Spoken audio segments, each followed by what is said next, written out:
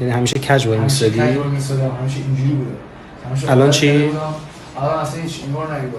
خب ببین جابجایی لگنت که برطرف شد و توازن بدنیت هم حفظ شد، بخاطر همین الان دیگه نمیتونی به حالت قبلت برگردی. هر چی بگذره دیگه اصلا رد میشه. خب خدا رو شکر. جلسه اول رو تموم کردیم دیگه. نمیتونستیم قلط بزنیم، یعنی کمکتون میکردن دیگه یا بشینید. و میخوام ببینم الان شما برگردید این پهلو بخوابید اگه میتونید. خیلی خوب، اون پهلو، حالا برگردید این پهلو.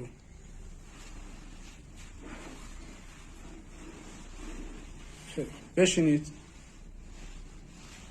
پاتون جمع کنید. میتونستین پاتون جمع کنین؟ نمیتونستین. خیلی خوب، تا آواز بخوابید الان لطفا.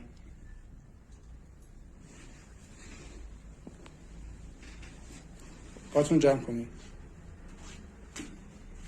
میتونستین راحت جمع کنین قبلش؟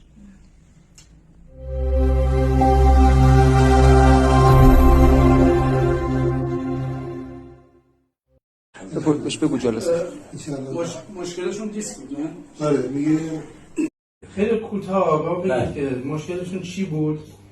کجا رفتی؟ چی شد؟